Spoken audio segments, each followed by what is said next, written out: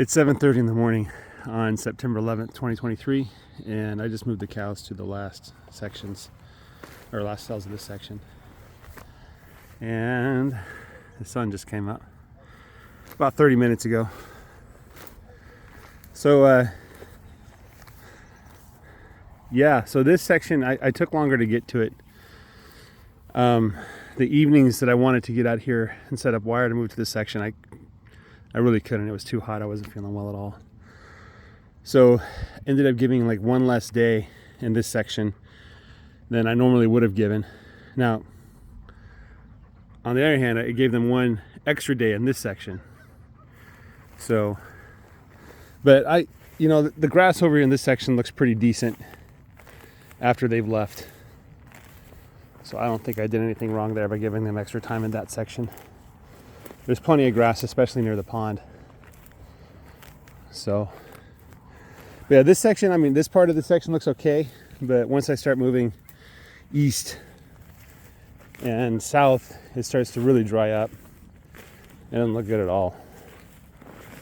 So I'll just kind of walk that way, keep my camera kind of focused down so you can see the grass between the goat weed. So one of the commenters, this topic comes up again and again when people see my field. The goat weed, right, is everywhere. It's basically taken over my field, and the instinct of ranchers or cattle herders, what do you want to call them, in this area is to shred the goat weed. Now I'm standing in a part of the pasture where I didn't shred the goat weed last year.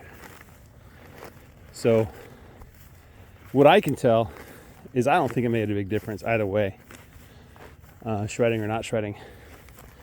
And so if it's not going to make that much of a difference, then I'm going to save the diesel fuel and the expense of running a tractor for 8 or 10 hours, and I'm just not going to touch it, right?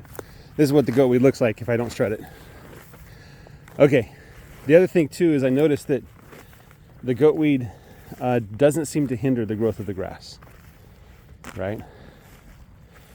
The summer grass, or whatever grass is down there, seems to appreciate the shade that the goat weed provides. So, like even where the goat weed is the thickest, is this some kind of clover down there? I don't know what that is, but it's not grass.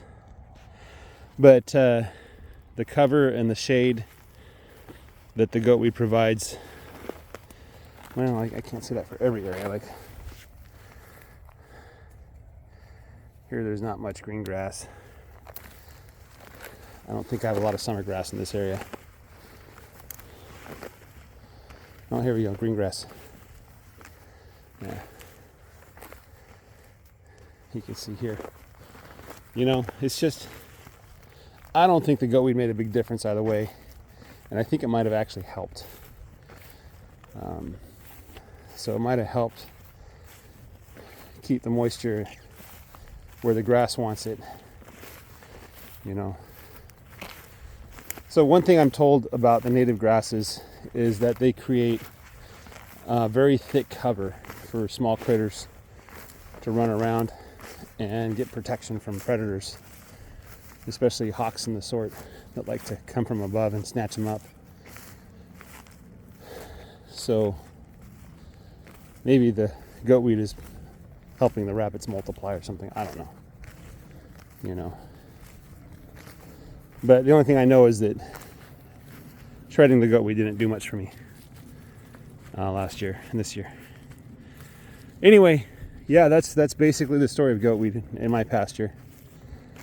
I'm just going to leave it. I think by the time winter comes around, it'll all be dead. Just be stalks standing in the air. And then when I finish a couple rotations in the spring, I imagine you won't even see the goat weed anymore.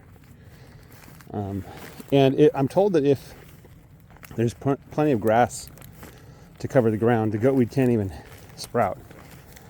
It requires sunlight to cause it to sprout, And so if the grass covers the ground, then the goatweed seeds will be covered and won't sprout. So, and pretty much everywhere I look, they say goatweed is due to overgrazing, and I certainly did overgraze last year.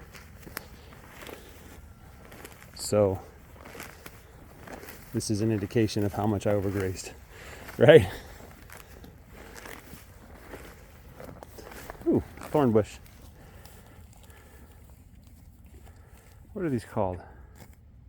Honey locusts? I think that's what it is. Now there's a pretty patty. Freshly made patty. That looks good.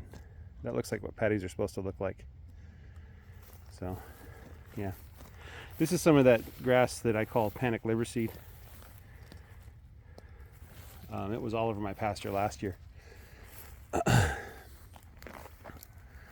think that sheep is eating the goatweed.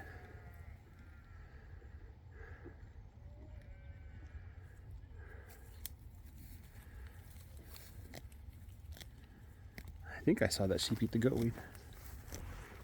Or was it something else down there? Anyway. So the forecast, so today right now it's about 60, it's less than 65 degrees I think. I'm feeling quite cooled, almost cold, cool, almost cold. The temperature for today, it's going to be 88. There is a little storm forecast for today in the evening. Looks like we're going to get another storm on Wednesday that should bring some more rain.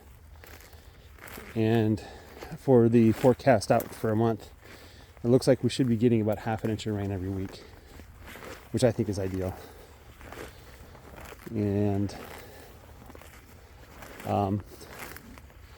the temperatures are going to go up to the 90s at the latter half of this week, but then after that it should be in the 80s and sometimes the 70s.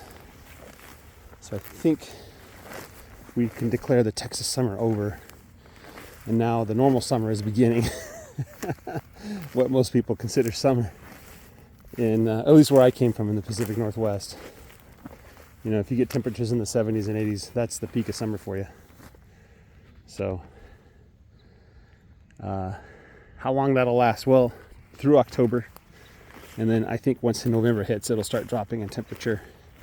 I remember last year in November we had a bunch of rain right before Thanksgiving, and so by the time Thanksgiving rolled around, the cows were just destroying the pasture.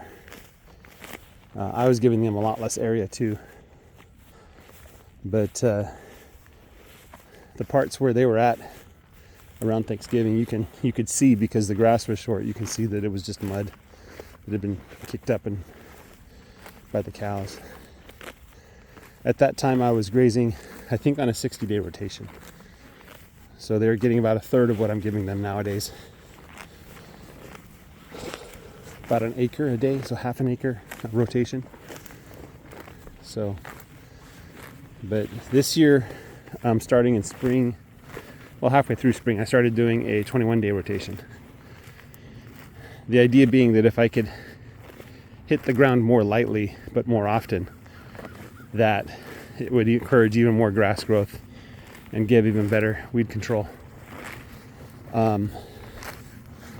So certainly we saw a lot more goatweed than I've seen in past years in my pasture. But on the other hand, for the past 2 years, I had to put hay out in July and August. And then last year we didn't have hay because of the drought, and hay prices were ridiculous. So I think I started feeding them in August, late August. That's when I realized that I was just starving my cows and destroying what little grass I had left. So this is Metal Tag.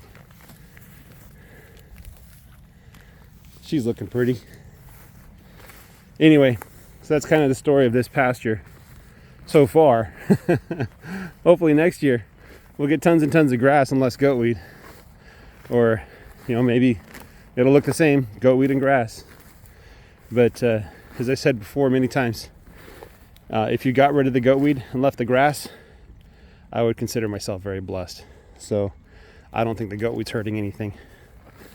I don't think it's costing me anything. And I think that cow is eating feed that I tried to wrap up tight so they couldn't get into it. You troublemaker. All right, guys, I'll see you later. Have a great day. Take care and bye-bye.